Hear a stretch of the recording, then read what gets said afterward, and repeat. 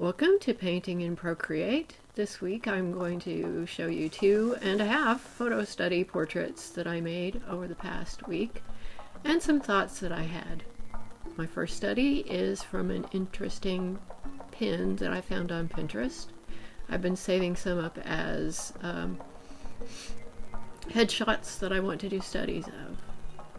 So this is the study on the left, and here I am roughing in the image. I've been doing a lot of looser rough sketches and then working on the planes of the face, which is what those highlight marks on the drawing are. And then I made some adjustments because it was way too wide. And one of the things I've noticed about the way that I'm working now is that there is quite a bit more confidence when I'm drafting out the planes of the face, and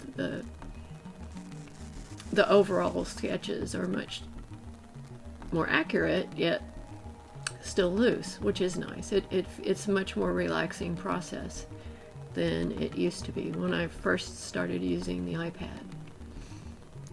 I've been creating art for many years, but only last August started using the iPad. So it's been a fun and interesting process for me. But I was really happy with how the likeness came together. I'm not looking for a complete photographic likeness, and there are some differences with the photo reference, but I'm pleased with the way that this is turning out. It was not that difficult to get the satin fabric. I think those are satin sheets. It actually looks like curtain material, but whatever they used as a drape for the model. But getting the shimmery appearance of the fabric is something that I managed to do as well. So I was kind of pleased with this. And as I'm going on here, I just worked in some highlights into the hair. Again, it's really loose and not anywhere near photographic looking photorealism. I thought I might use that tan background, but decided the purple one looked better with her red hair and her warm features. And this is what it ended up looking like. I did make some adjustments, however, to the color, and so the final looks like this. And next is study 2, and this was a 90-minute art challenge, which is a Bobby Chu thing that they do once or twice a week. This was from this image, which was for that study. I did some adjustments to the colors before I even started on this because I wanted to make it a little more stylized. And then, as usual, I did my sketching, sketched it in, got the feeling that I was looking for. And something I've noticed I'm also getting better at is making hands that look passable. That is something I know that a lot of people struggle with, but apparently I'm getting better at it. I don't know that they're completely accurate, but at least they look like hands and they don't look like sausages. I didn't really think that the yellow was working as a background because I think what it was doing was pulling from the contrast of the yellow on the face. So at some point in the near future, once I've got the face worked out, I will make some changes to that. But I kept the things that I was capturing from the photo reference very simplified.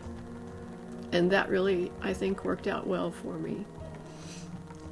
That's another thing I'm relaxing about a little bit. I'm not trying to capture everything exactly as it is in the photo reference. And I'm going really more for something that has a certain particular feeling or an emotion. And that is really a relief. So I explored the background colors and some things that didn't work. I was trying for a style of a particular artist, and that white outline around the figure didn't work for this one. But I finally settled on a bluish purple background because it let the highlights on the face and the hands show up really nicely. So I was really pleased with that. And in the end, I worked in a few more highlights, and this is the product of that, and I'm pleased with it. It's rougher than I'm used to working with, but it's stylized in a way I like. And here is study 2.5. And this is where I took the first study of the red-haired Pinterest girl and pushed it a little bit farther, just taking it a little bit of exploration and experimentation. So one of the things that I did was I set separate layers and I worked in a sketch in red. Again, this is kind of a reference to some studies in the style of that I was working on. And I really cranked up the vibrancy of the skin tones, and I didn't quite finish this. I got it to the point where I was happy with it, but I made the contrast in the hair a whole lot more striking, and the colors of the eyes, and I was really happy with how this turned out.